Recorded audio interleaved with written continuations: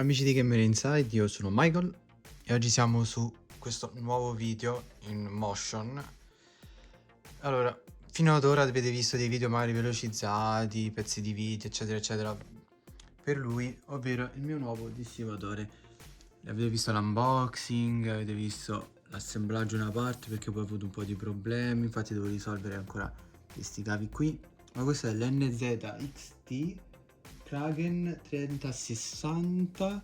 Queste sarebbero le tre ventole da 120 mm l'una, infatti adesso sono in modalità RGB, con lo schermino, ma non è tutto schermo come nel Kraken Elite, che è il modello successivo. Vi porto subito col dire che prima o poi farò un video sul computer in sé per sé, con qualche benchmark annesso, ma non è ancora il tempo.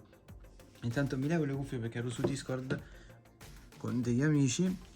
Vi faccio vedere il risultato finale, case NZXT, ecco qua, case NZXT, adesso anche dissipatore NZXT. Ovviamente vi farò un video più avanti su come mi trovo con questo dissipatore, adesso si è messo, ok, come mi trovo con questo dissipatore, e magari una volta cambiata la pasta termica vi aggiorno sui social, seguitemi su Instagram che sicuramente lì metterò una storia e vi dirò con la cambio di pasta termica se cambia qualcosa. Questa è la build, nel suo totale è molto bella, devo pulire, sono consapevole che devo pulire i vetri, non ci fate caso.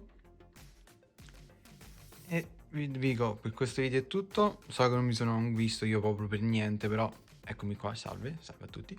E vi dico che per questo video è tutto, noi ci vediamo al prossimo video dove magari vi andrò a vedere nel merito proprio ogni componente, perché ho scelto questo invece che un altro, i benchmark su i giochi, benchmark, vari benchmark che ci potrebbero interessare, che vi potrebbero interessare. Magari scrivetemi anche qui sotto nei commenti se avete un qualcosa di in particolare che volete vedere su una build così che magari vi interessa perché ve la volete fare simile alla mia o in generale. Ah, di sopra anche l'antenna del wifi, me la stavo dimenticando. Scrivetemelo qui sotto nei commenti e io cercherò di portare nel video di benchmark anche quella cosa che mi avete chiesto voi nei commenti. Lasciate un mi piace, iscrivetevi al canale e ci vediamo al prossimo video. Ciao ragazzi.